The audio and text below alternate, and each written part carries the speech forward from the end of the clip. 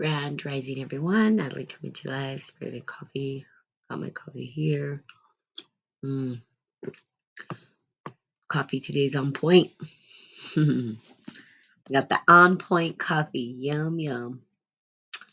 That's what, you know what? I should start a coffee shop called On Point.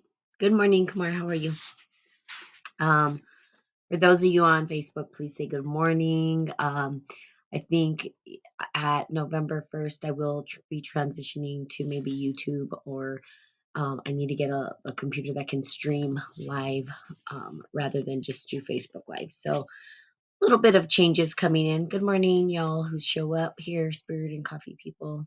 Hope you have your coffee, tea, or me. Okay. Let's see here. We were going over the Emerald Tablet. If you didn't know, the Emerald Tablet, Alchemy for Personal Transformation. Really going into, hey, Shadow, how things are constructed, where all this stuff came from, where the hidden wisdom is, and how you guys can have access to that, and that it's not esoteric. It is esoteric, but you can find it if you are someone who is really interested in understanding how to dive into your philosopher's stone, how to become the philosopher's stone. Really, that's what it's about, right? Us being able to um, cultivate that inner knowingness, that inner wisdom, and actually utilize that inner wisdom for the betterment of humanity and ourselves and the world around us, and shaping a world of harmony and coexistence as opposed to disharmony and dictatorship or whatever is going on these days. Okay, I'll just stop there. So I'm on page 33 if anybody is actually going to get the book or want to read it. So more modern spiritual movements such as Freemasonry, Rosicrucians, Theosophy, the Golden Dawn, Fourth Way, many New Age philosophies are also based on the ideas of the verse revealed in the Emerald Tablet. We talked about that yesterday. So people who are really into these quote unquote conspiracies, whatever, just go follow spiritual alchemy. You'll understand what they're doing and how they're doing it. There you go. It's that simple. Okay, in the so-called Hermetic arts, the tablet is based of magical evocation and the doctrine of sympathic, I keep saying sympathic magic, in which the powers of the above are drawn down to the earth and fixed in the talismans or in statutes.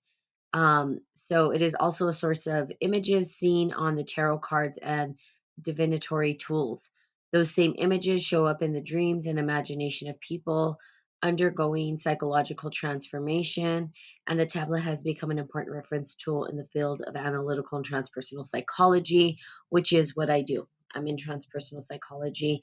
Here's the deal: the images that we see, and we talked about this in the tarot, we see this actually playing out in the way that we've constructed the world. And people don't really get that. They don't really understand that. They don't really know that.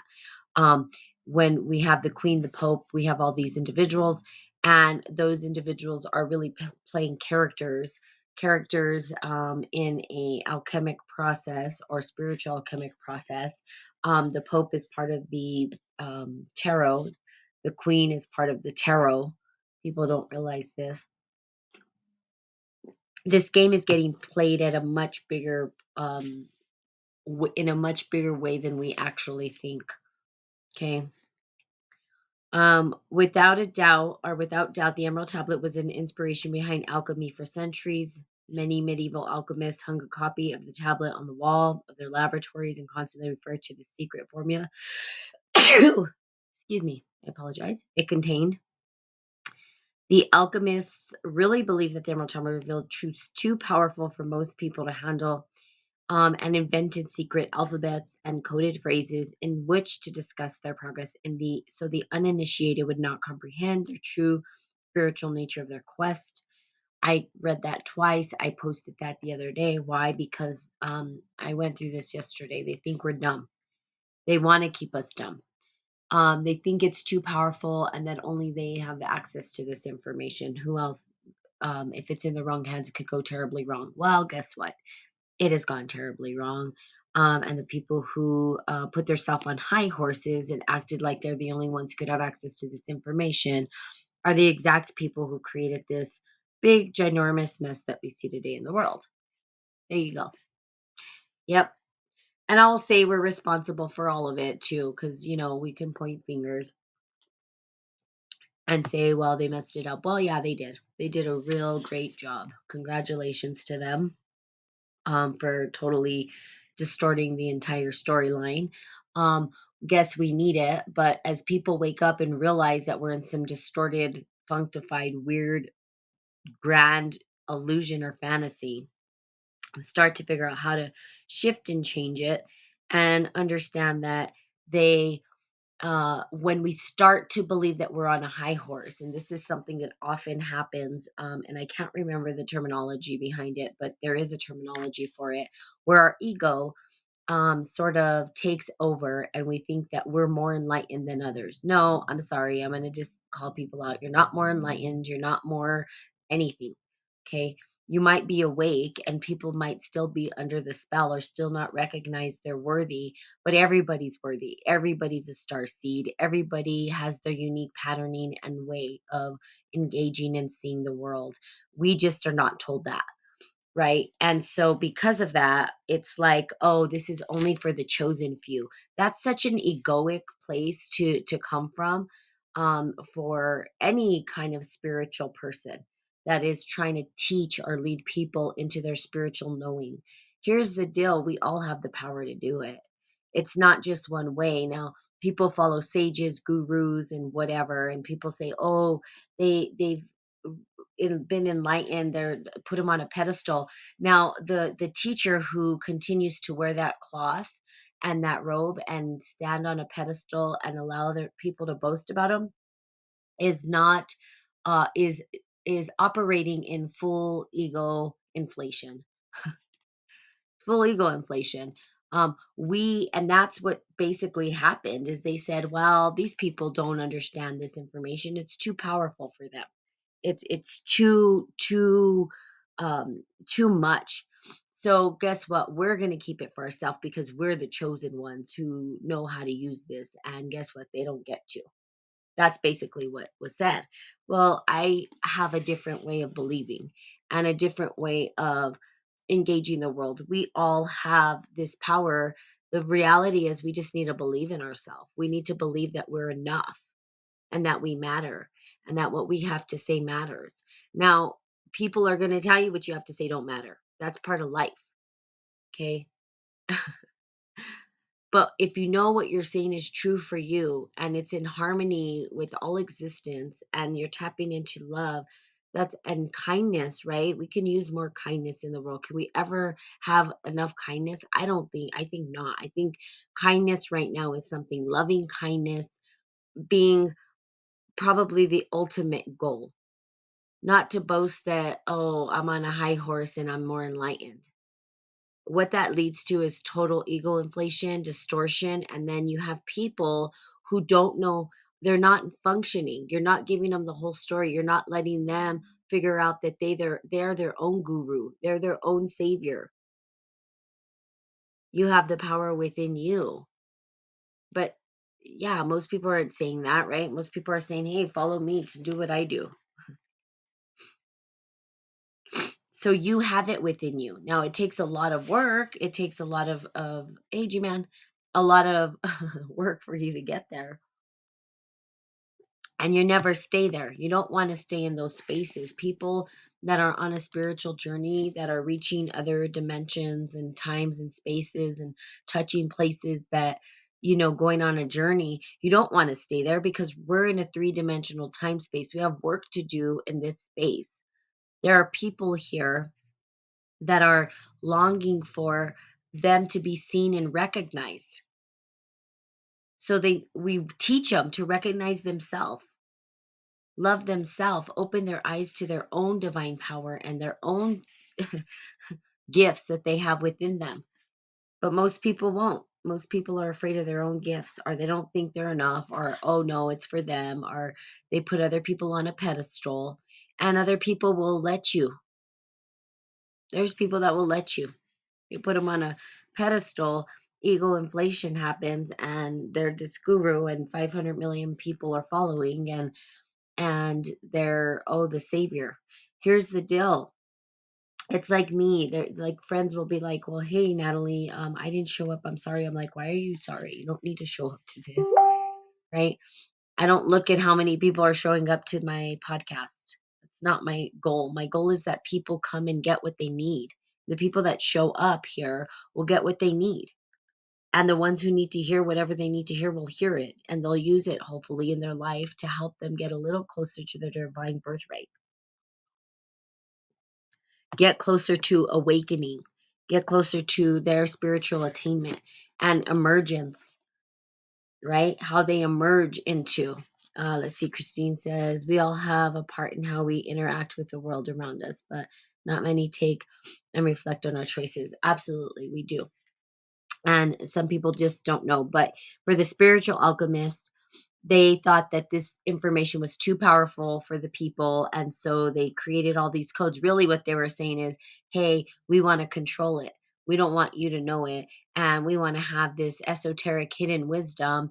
And we just want to keep it for ourselves. And no, you can't have it, basically, which sounds like a 5-year-old brat to me. And that's exactly what we're seeing happening in the world. We have a bunch of 5-year-olds running the world. This is mine. It's not yours. Don't touch that, or I'm going to kill you. I mean, it's ridiculous. It's crazy. Can't even go into the ridiculousness of what's happening right now. Okay, well, the alchemist's spiritual contribution is just being rediscovered. Historians of science have long concealed or conceded that the alchemy's experimental approach gave rise to the modern disciplines of chemistry and physics. Just so you know, I've said this before, spiritual alchemy is the foundation for chemistry and physics. People think alchemy, they think base metals into gold. It didn't start that way. We started to bastardize spiritual alchemy, and we started to bend reality into our own desires and wants and needs, because that's the human condition. We all have that human condition, all of us, because we're stuck in this three-dimensional time space. In this space, we all have a sickness, right? We could call it a sickness where we we sort of indulge or overindulge in things, right? If you look at it, and this goes to basic Buddhist teachings, it's a really simple process, right? But to get out of it, I'm going to give you a pretty cool funny example. It's like the cake. You eat the cake, right? And you want the cake, but you also want to have that nice body, right? Everybody knows this story. It's a common story, right? um so they want to eat the cake, but we overindulge in the cake. We're like, oh, we'll just take one bite. And then before you know it, you've eaten the whole damn thing. And you're going, what the hell did I do? Right. So it's the overindulgence. Well, Buddhism says middle path, right? How do we take a couple of bites just to satiate and then walk away? Well, that takes willpower. That takes determination, right? Is that why children stop seeing fairies? Yes. There's a lot of reasons. Um, so if we talk about fairies and imaginal spaces, right, of the other, what I want to say, the other um non-ordinary states of existence, I think that's the word I'll use. When we talk about non-ordinary states of being, in those non-ordinary states we can see the imagination or the world beyond what we see in the three-dimensional time space. So yes, children's imaginations, our ability to tap into these spaces, as children, our mind is open and we can see beyond the what we've been programmed to see as adults. So imagination is really huge, and I talked about that the other day in terms of us retapping into that, because that's what it's going to take to create a new world. We're living in a distorted fantasy right now, in one of the weirdest. See, the fantasy we're living in, freaking, I don't even know. I don't even have words for it. Like, there's no words. The only thing that I can conclude, right, is that the individuals who are leading the countries and quote unquote our leaders right now, are hijacked by the archons. So if you just look at the archons, go read about it, the archons and the yons. I was reading about them last night. Pretty crazy. But it's that dark matter, that dark energy that embodies us. And we all have it here in this three-dimensional time space, but we can transcend it. And that's what alchemy does. It says, how do we transcend that? And how do we find our light? And how do we work with our light? Well, that takes the imagination. Now, also, if we're looking at it, from the fairies, right? Which is really cool because we have all these mythologies that we are unable to tap into and understand because of the our inability to honor the sacred feminine. So right now we're in the storyline of the shadow sacred masculine. Well, not necessarily the shadow, I won't say for sure, because we'd be at full war if we were fully in the shadow sacred masculine. If the shadow sacred masculine rises in the energy, right? I'm not talking about man and women. I'm talking about the energy of the sacred masculine, the shadow side. We would see chaos, not chaos, we'd see war. We'd see bombs going off. If we get to that point, really what we are experiencing is we're going to the extreme. It's too much of an extreme on one end. It's like eating all the cake, right? It's like we've gone too far to the left brain, scientific brain, and we need to bring in the imagination, which is what we call the sacred feminine, creativity, imagination. Now we need that, okay? So the sacred feminine works in the imaginal space, in the space of fairies. So we would say if you're in tap or tapping into the sacred feminine, you're going to hit fifth dimensional time space. You're going to hit these different ways of existing in the world. Your imagination is going to open up. You're going to hit the unconscious mind, which exists everything and nothing.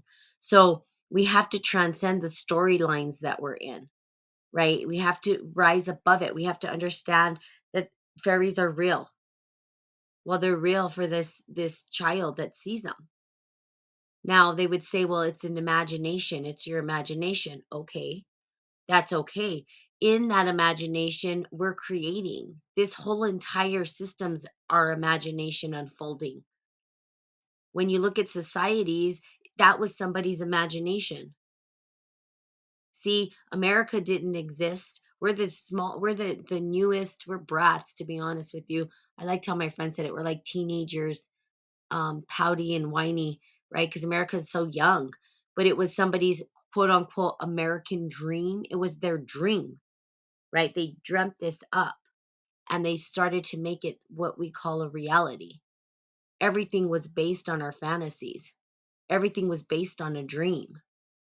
If we were in harmony fully with nature, we wouldn't be creating these big towers and this need to fight over land and resources. Like that's all made up. We made it up.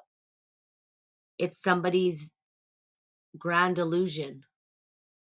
Now, when we talk about Jung or we go into Jungian analysis, he would say it's the archetypes and they've always been there, and that the archetypes actually live within us, and that we play out the role of these archetypes or these cosmic powers or energies that have been here since they're primitive, they're primal, they come from the beginning of time where storytelling was created, and that those energies, we embody those energies, which would then be the archetypes. Okay, funny how the dreams has become our nightmare come true. Yeah, it is.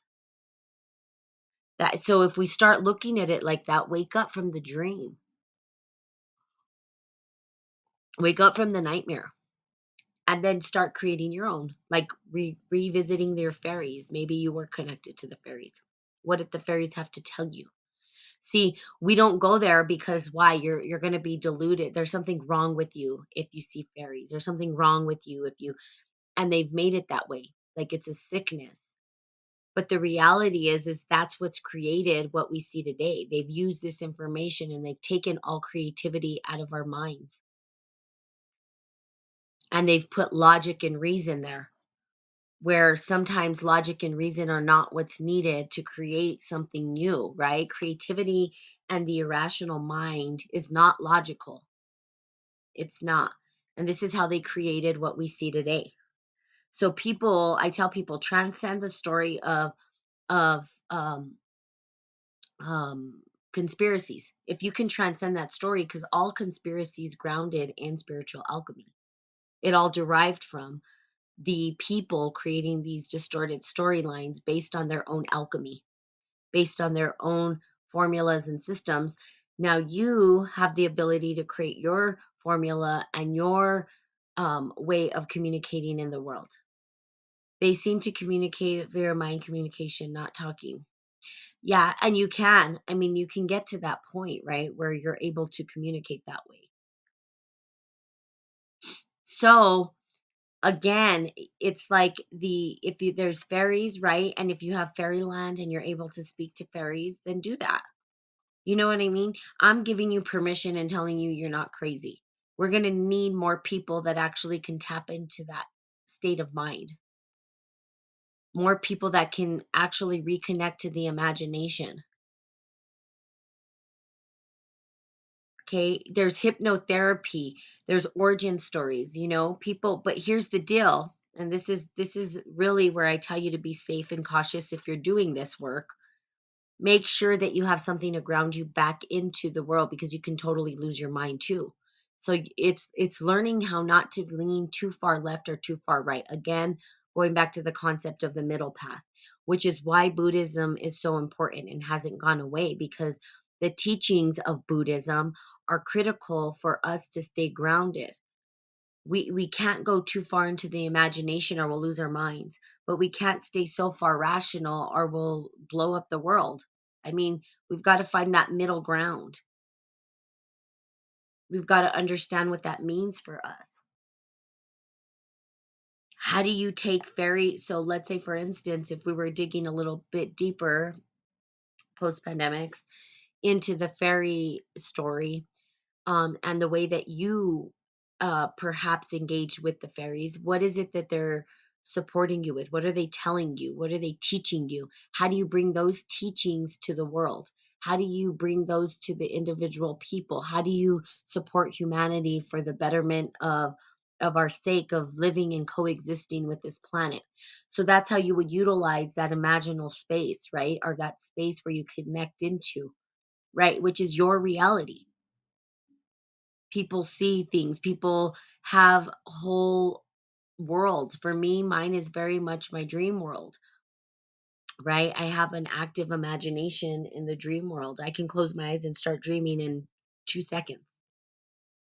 It's this whole other space of existence, and it's very real to me, just like fairyland's very real to some other people.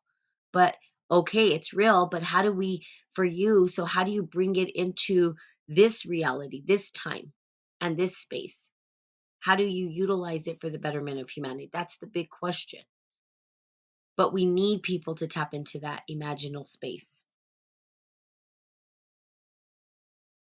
Here we go, because it says it here, and I'm going to reread it again. It says it's also, so we talked about, so in the Hermetic arts, the tablet is the basis of magical evocation and the doctrine of sympathetic magic, in which powers from the above are drawn down to earth and fixed in talisman or statutes. Okay, so the above being could be the imagination, right? It's also the source of images seen on tarot. Those same images show up in dreams and imagination of people that undergo. Okay, so they seem to take things or move them.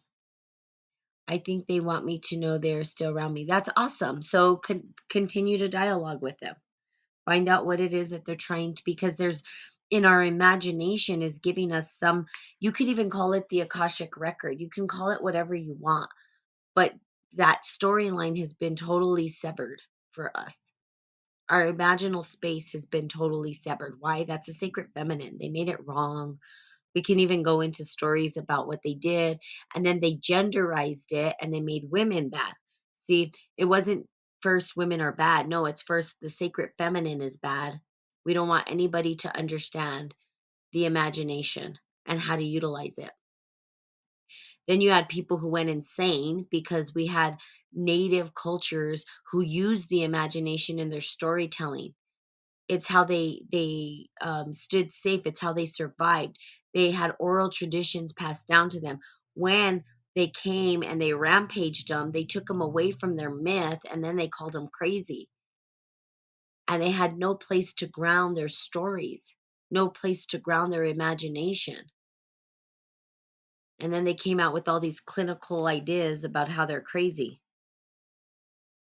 Now to go back and say, well, maybe you weren't so crazy. So now we're gonna learn what you taught us, and now we're gonna charge people for the shit that we stole from you. Okay, don't get me started on that. All right. So let's see here.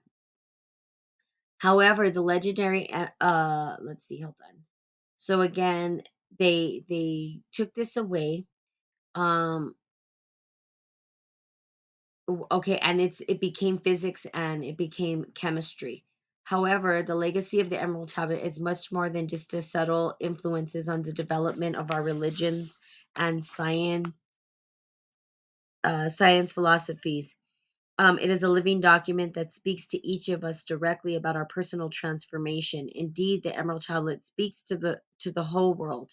It is a cryptic epitome of the alchemic opus, says Jungian analyst. Okay, a recipe for the second creation of the world. Here we go. This is what I've been telling you guys. Yes, as now kind of proves. Yes. So here we go. These are doctors, by the way, if anybody cares about titles, which I really don't care about titles, but whatever. But it does say it is the cryptic epitome of the alchemical opus, says Jungian analysis Dr. Edward Edinger. The recipe for the second creation of the world. The recipe for the second creation of the world. That's what I've been telling you guys. This is how we create a new world. This is how we create a world of harmony, peace, and I just wish more people would listen. Drives me nuts. Okay. Ethnobotanist and psychedelic guru Kenna says that the tablet of Hermes presents a formula for holographic matrix that is mirrored in the human mind. Whatever one chooses to believe about it, um, there is no getting away from the fact that the Emerald Tablet is one of the most profound and important documents that have come down to us. It has been said that more than once that it contains the sum of all knowledge for those able to understand it. So while its roots may be lost in history, the words of the Emerald Tablet have survived so that each of us alive today has a chance at true spiritual breakthrough denied to generations from previous seekers. You guys have this ability. Whether Alexander the Great passed it down to us or it was created by some ancient ghostwriter, we do have the Arabic and Latin translations of the original document with which to work. We all have the ability to tap into the sacred wisdom. Will you? I don't know. That's totally up to you. Is it easy? Not necessarily. Me and my friend were talking yesterday about the more you know, the more responsibility you have, and you can't unknow things. So as you take the journey down the rabbit hole to understand, to know, to work with, you can't take it back. And now you have a responsibility. Come to think of it, remember how the running joke on the TV show and movies showed schizophrenics as homeless, crazy people with tinfoil on their heads that feared them getting into their brains with waves, etc. Now, 5G technology literally doing what those shows in the 70s and 90s. Yeah. So they tell us the storyline. That's another thing with people. They think it's prophecy and it's not. They're telling us what they're going to do. They're creating the plots and the storylines. It's all it is. It's just storytelling in action.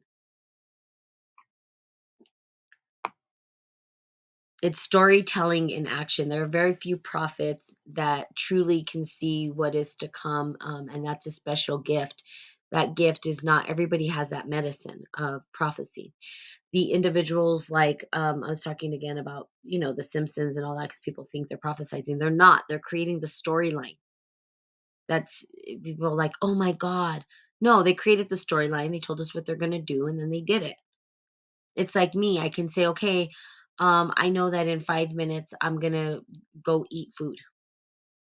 And then it happens. Was that prophecy? No, that was me telling you what the storyline's going to be.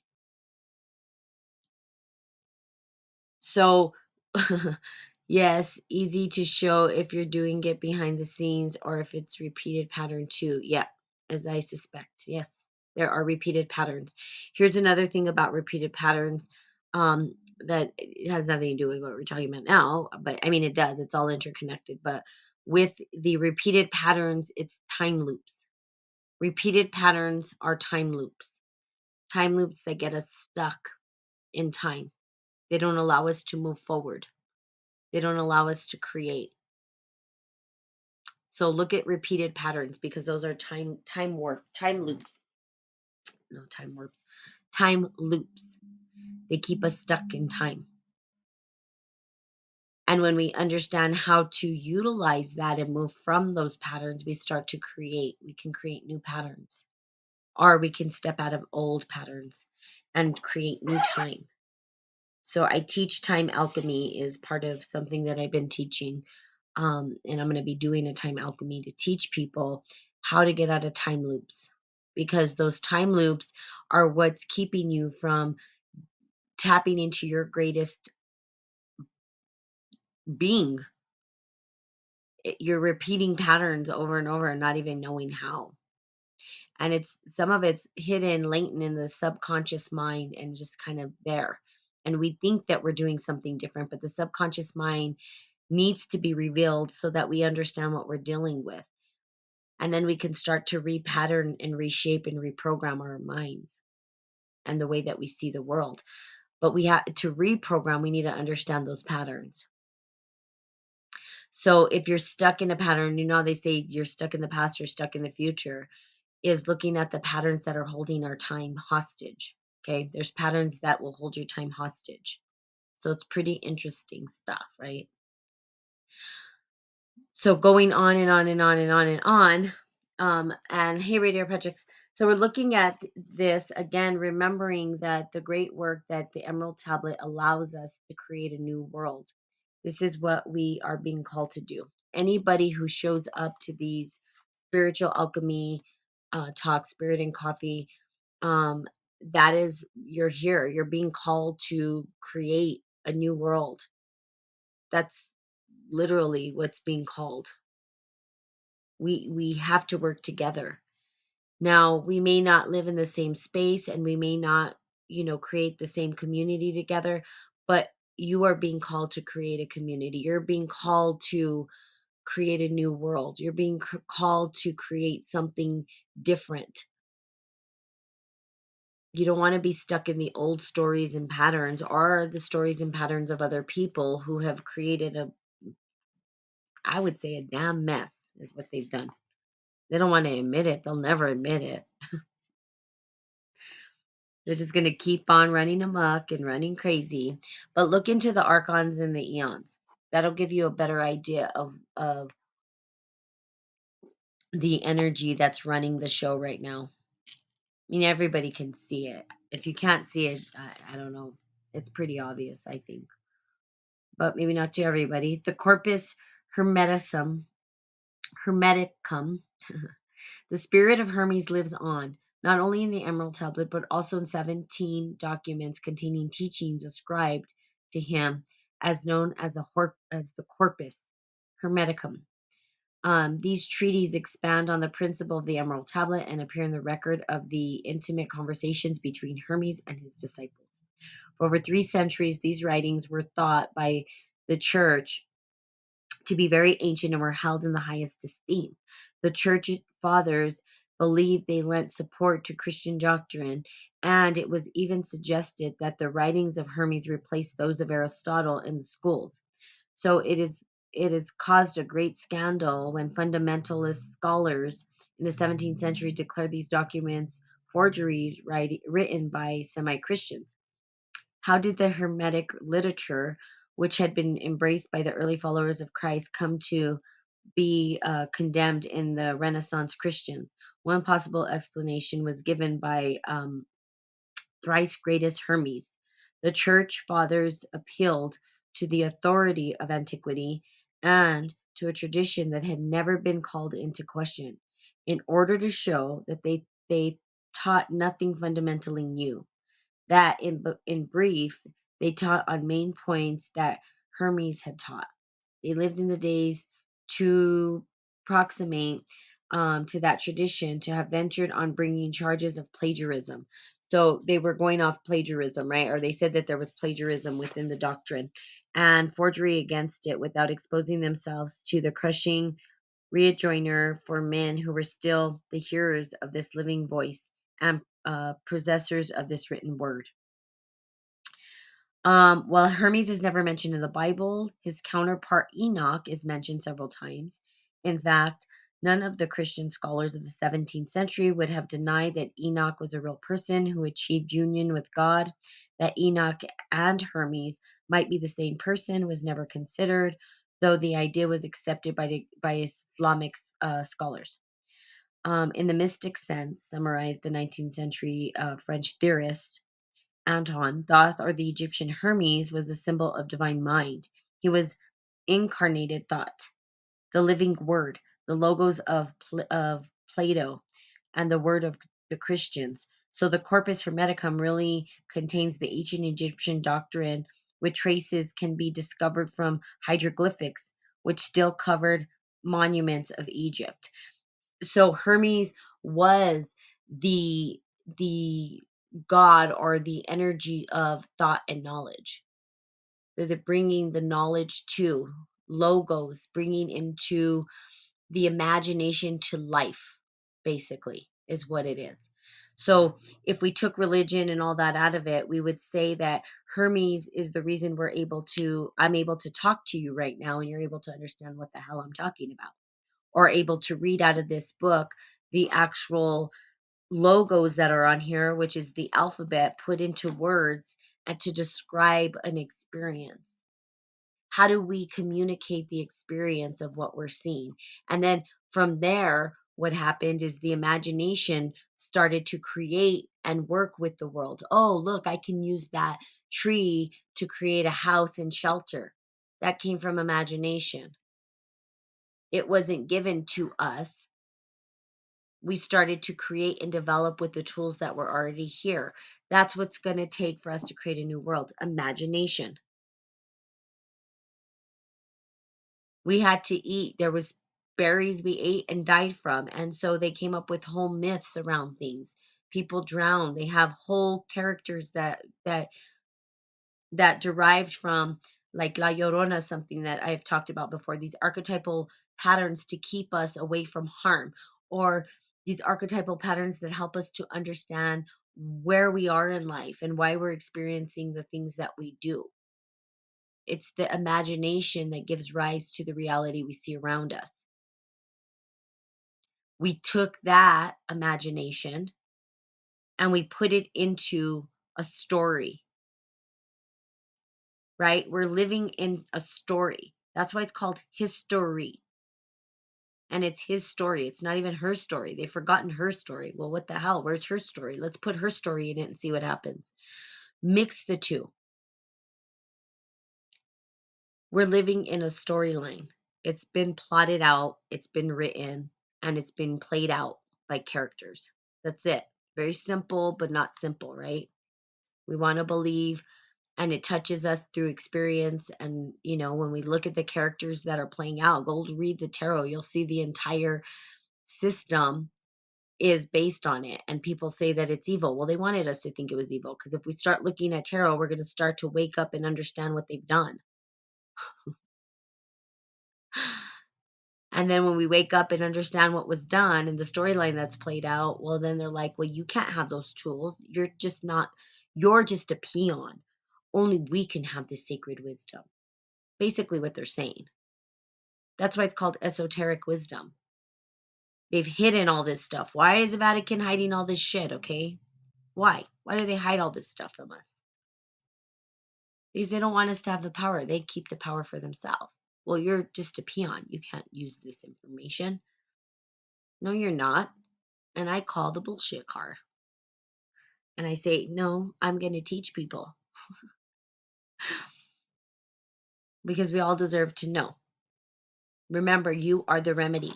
You have a story, you have an imagination, and you're able to write. You're able to bring to life the very thing. Um, Now, here's the deal, don't go creating destruction and chaos. Create harmony, tranquility, peace, or don't. And then we'll end up in these distorted storylines. That's what they've done. I mean, it's just a distorted story. That's why when people get all crazy in fear, I'm like, why are you afraid? It's just a story. And all these people are creating all this weird shit. And yes, it can inflict pain and suffering on us, but we can transcend that. And that's the point. This is a spiritual warfare more than anything.